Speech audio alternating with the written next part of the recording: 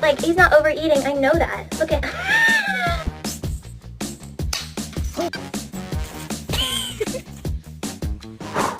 Me amo!